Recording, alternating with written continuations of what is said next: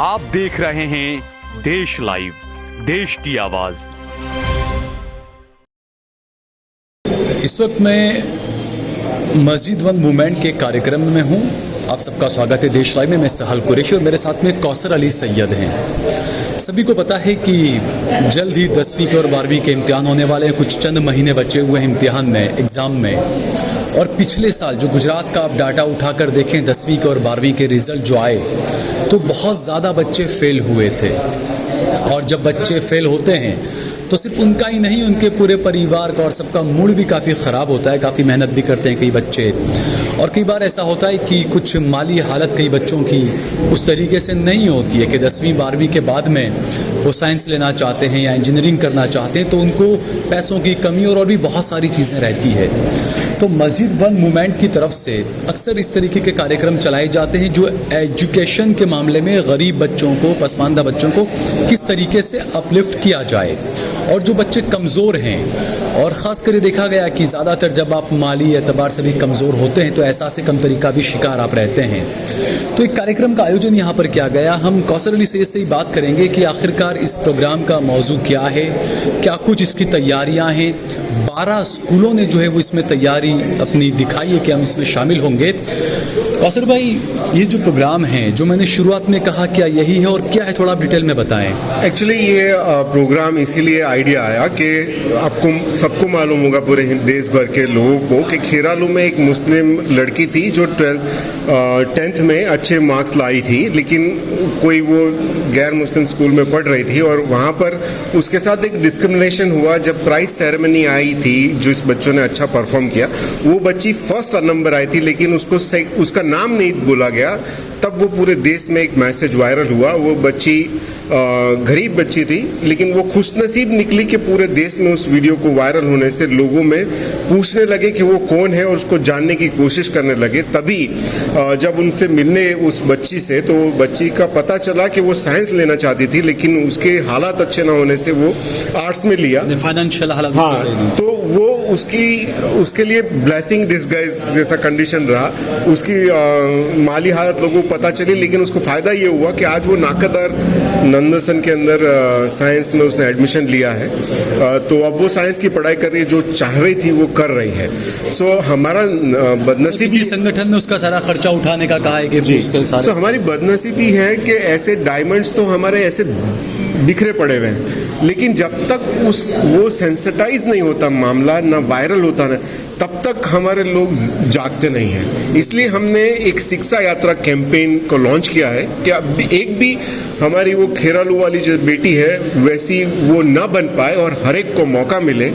ऐसे सारे बच्चों को हम इस पूरे 4 महीने के कैंपेन में ढूंढेंगे कि जो बच्चे होनहार हैं, अच्छे परसेंटेज लाते हैं, लेकिन वो अपने माली हालत की वजह से नहीं कुछ कर पाते। इसलिए हमने 10th स्टैंडर्ड के बच्चों को एक एग्ज़ाम लेने का हमने टारगेट किया है। अभी 12 स्कूल हैं जिसमें 2000 के करीब बच्चे हैं 10th के, और 12th के भी मोरलेस 1200-1500 बच्चे हैं। तो हम उनकी एग्ज़ाम लेंगे। हमारा टारगेट है इस प्रोजेक्ट में, इस कैंपेन में 4000 बच्चों को शामिल किया जाए, और हम इसमें आइंदा हमारे रेगुलर प्रोग्राम इसके होते रहेंगे और 4000 बच्चे तक हम जाएंगे।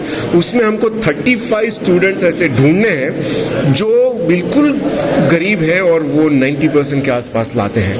और पूरे कैंपेन में 3 बार हम एग्ज़ाम लेंगे, उनके माँ बाप से भी मिलेंगे, क्योंकि अभी हालात ऐसे हैं कि माँ बाप को समझाने की ज़रूरत है। तो इस कैंपेन में पेरेंट्स मीटिंग भी होगा, बच्चों की एग्ज़ाम भी होगी, कुछ बिजनेसमैन से टाइप किया जाएगा, ताकि जो बच्चे जिसका हैंड होल्डिंग करने वाले हैं उनको भी स्पॉन्सर तो चाहिए। तो वो हम चाहते हैं कि 30-35 बच्चों को स्पॉन्सरशिप मिल जाए, जो नीट का प्रिपरेशन करना चाहते हैं, जो CA बनना चाहते हैं, जो CS बनना चाहते हैं, जो गवर्नमेंट जॉब करना चाहते हैं। तो जो इंस्टीट्यूट अहमदाबाद में चल रही है, जो बेस्ट है, हम उस स्कूल के बच्चों को उस इंस्टीट्यूट से टाइप कराना चाहते हैं। जैसे यूपी बिहार में जैसे सुपर 30 और सब चला करता था, तो आप सुपर 35 चलाएंगे यहाँ पर। सुपर 35 जो सुपर 35 होगा उसको आगे का सारा स्पॉन्सरशिप और सारी चीज़, उसका खर्चा वगैरह अगर गरीब है तो आपकी संस्था और कुछ लोग मिलकर उठाएंगे आने। जी, वो सुपर 13 तो ऐसे जो काबिल लोग हैं, हम तो एकेडमिक फील्ड में से नहीं आते हैं, लेकिन हमको एक हमदर्दी है उन लोगों की। कल ही मैं एक बेचारा बच्चा लकी पे मैं बैठा था और वो आके मुझसे पैसे मांगने लगा, तो मुझे ऐसा लगा कि अच्छे कपड़े पहने हुए हैं, और जब मैं उससे पूछा तो वो बता रहा है कि घर में लाइट बिल का और अनाज नहीं है।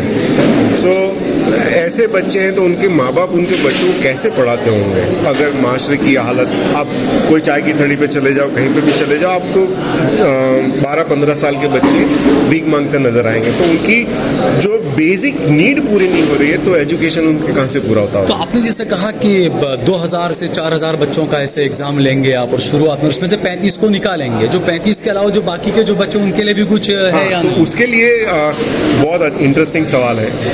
अहमदाबाद के अंदर सीए फाउंडेशन के कोर्स चलाने वाले 3 संस्थाएं हैं, 2 संस्थाएं इनफैक्ट। जेके इंस्टीट्यूट अपने फैकल्टी को भेजता है, एफडी ट्रस्ट, और दूसरा है क्षमा दाणी लिमड़ा।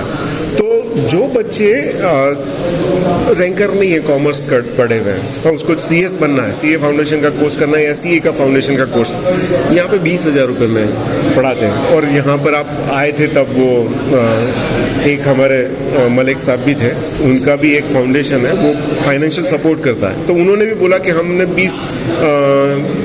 20 बच्चों को तो ऑलरेडी सपोर्ट कर चुके हैं, तो और भी आगे जितने बच्चे हमको मिलेंगे, जिस बच्चों को जिसमें शौक, मैं चाहता हूँ और मस्जिद वन चाहती है कि डिमांड ड्रिवन स्कॉलरशिप मिले। मीन्स बच्चा जो करना चाहता है, जहाँ पढ़ना चाहता है। अभी इंटरेस्ट के मुताबिक अभी यहाँ क्या है, हमारे यहाँ पर बहुत सारे टैलेंट सर्च चलते हैं, उसमें ऐसा है कि वो जो बोले वो इंस्टीट्यूट में जाना है। तो बच्चा गुजरात में तो वो इंस्टीट्यूट है नहीं, तो मैं और मस्जिद वन और ये कमेटी के लोग चाहते हैं कि जो बच्चा जिस जगह पढ़ना चाहे वो वहाँ जाए, और जो जितना फीस वो माँ बाप निकाल सके निकाले। बाकी कम्युनिटी के जो लोग हैं, ज़कात का मुस्तहिक हो तो ज़कात में निकाले या लिल्ला में निकाले। तो ये मुझे ऐसा लगता है कि हमारे कई ऐसे डायमंड हैं, इसमें से निकल के आएंगे जो हमको बिना एक्टिविटी में हमको नहीं मिलेंगे। अब जैसे हम लोग साइकोलॉजिकल इम्पैक्ट भी डालेंगे, एक मार्कशीट डमी बना के देंगे, टाइम टेबल बना के देंगे, और नीचे एक अहदनामा बना के देंगे,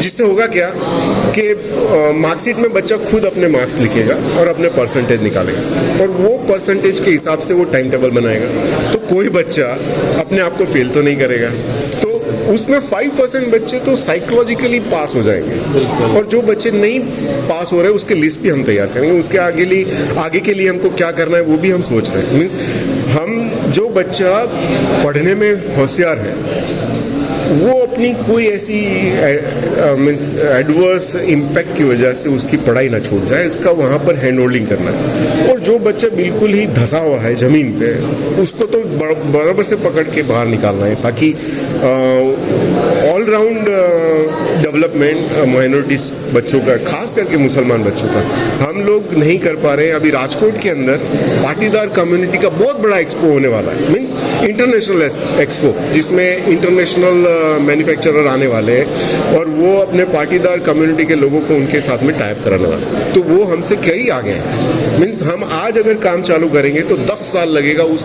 इमेज पे पहुंचने के लिए। चौधरी समाज 2% है गुजरात में। 15 साल पहले उन्होंने गवर्नमेंट जॉब में जाने के लिए एक इंस्टीट्यूट और इनिशिएटिव किया था।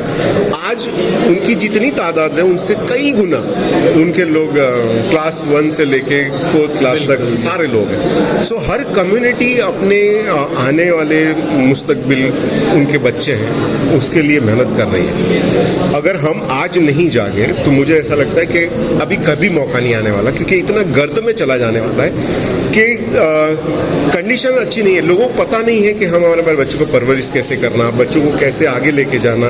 और कोरोना के बाद में जो ड्रॉप आउट रेशियो है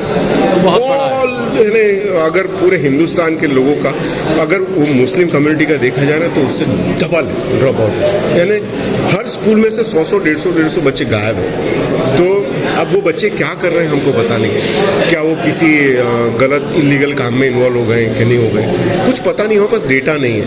हम ये चाहते हैं कि इस पूरे कैंपेन के दौरान हमारे आने वाले बच्चे जो कॉलेज में जाने वाले उनका डेटा तैयार करें। जी डेटा से ही हम कुछ कर पाएंगे, बिना डेटा बड़ी लफबाजी होती है मंच से।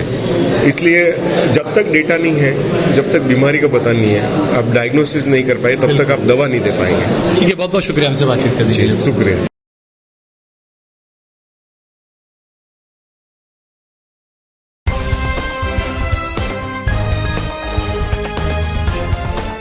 देश और दुनिया की तमाम छोटी और बड़ी खबरों के लिए हमारे चैनल को सब्सक्राइब करना न भूलें और बेल का बटन जरूर दबाएं।